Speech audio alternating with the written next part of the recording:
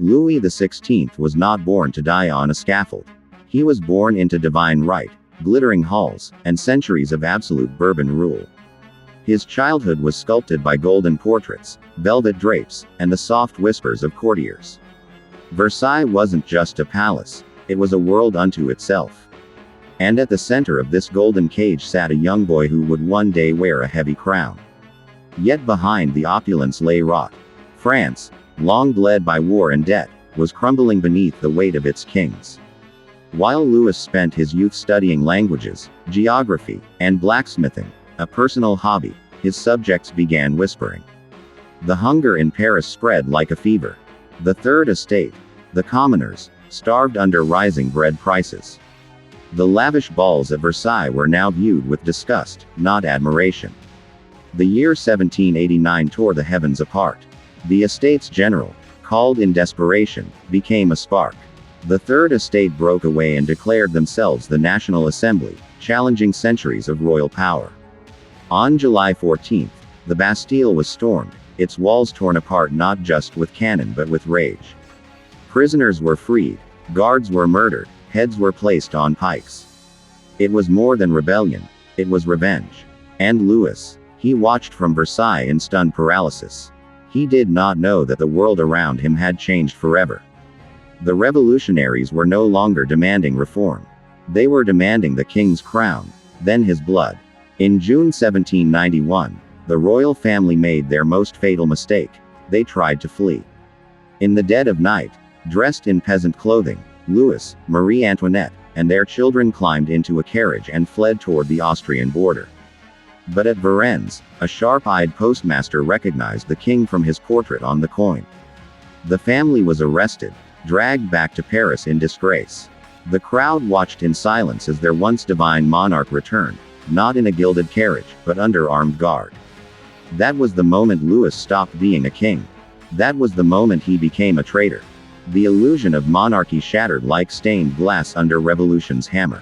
By 1792, France had declared itself a republic. The monarchy was formally abolished. Louis XVI was imprisoned in the Temple Tower, his royal garments stripped away. The trial began in December. The charges: treason, conspiracy with foreign powers, crimes against liberty. Evidence mounted. Letters, secret documents, and the infamous iron chest, with proof of secret communications with enemies of the revolution.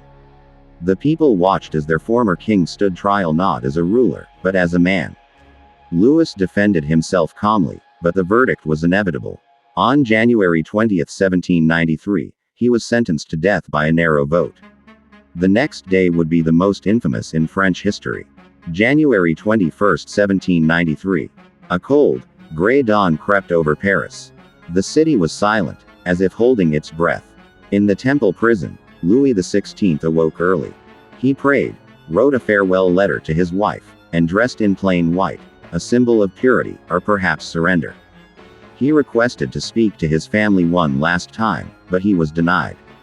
At 8 a.m., a carriage arrived. Armed guards lined the streets. As the king was driven through the crowd, some shouted insults, others wept. But most were silent, awed by the weight of the moment. A monarch was being led to slaughter. The guillotine stood tall at Place de la Révolution, glistening with recent blood. It was built not just to kill, but to humiliate. Crowds swarmed the square, over 20,000 strong. Louis stepped from the carriage and walked steadily up the scaffold. His executioners attempted to bind his hands, but he resisted. "I am innocent," he declared. "I forgive my enemies." His voice was calm. Even the revolutionaries paused. But mercy was dead. They seized him, tied his hands, and laid him beneath the blade. The priest whispered final rites. The crowd grew restless. The executioner gave the signal. The blade dropped. It took less than a second. The heavy, triangular blade crashed down with a metallic shriek. Louis's head tumbled into a basket. His blood poured down the scaffold steps. Silence blanketed the square, then erupted into deafening cheers. Some surged forward to dip handkerchiefs in the royal blood. Others stood frozen, horrified. The executioner lifted the severed head for all to see. The people had demanded blood, and they received it. But something changed that day. The execution of Louis XVI marked a point of no return. France had not just killed a king. It had decapitated history itself. Throughout the day, the air around Place de la Révolution stank of blood and smoke.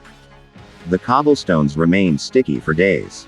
Children played near the scaffold. Revolutionaries sang patriotic songs. But some looked on with unease. The guillotine had tasted royal flesh, and it would soon hunger for more. Marie Antoinette, nobles, priests, even revolutionaries themselves would meet the same fate. Louis's body was buried in an 9 months later, Marie Antoinette followed her husband to the scaffold. She had been transformed from a glamorous queen to a prisoner with gray hair and hollow eyes. Called Madame Deficit by the people, she was accused of incest, treason, and immorality. Her trial was a mockery of justice. On October 16, 1793, she rode in an open cart through jeering crowds. At the guillotine, she tripped on her way up and apologized to the executioner. "Pardon me, sir, I did not do it on purpose." Moments later, her head joined her husband's in the abyss of history. After the king's death, the reign of terror began. The guillotine became a factory of death. Led by Robespierre and the Jacobins, the revolutionary tribunal condemned thousands. Priests, nobles, scientists, even peasants, no one was safe. The same people who cried liberty now cried for blood. Execution lists were posted like theater bills. Children grew up watching heads roll like puppets.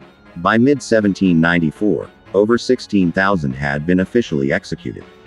The blade fell so often that it grew dull and had to be replaced. Paris reeked of rot, both physical and moral. Revolution had become a machine without brakes. But what of Louis? Did his soul find peace? Or does it still wander the palace halls of Versailles? Some say the echo of the blade can still be heard in Paris when the wind is just right.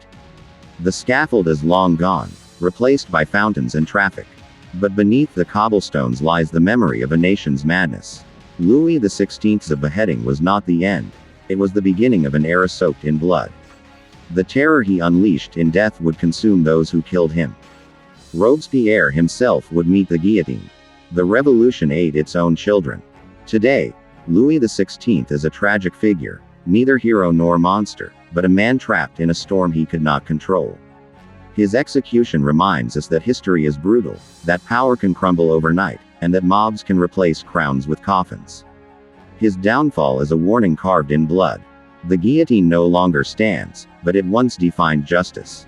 In a square where fountains now dance, once stood a stage where kings were beheaded and people applauded. It is there that the nightmare began, and there that it still lingers, just beneath the surface. You've just witnessed one of the darkest punishments in history. But many more still lurk in the shadows. So if you dare, subscribe to Torture Vault, where every scream from the past still echoes.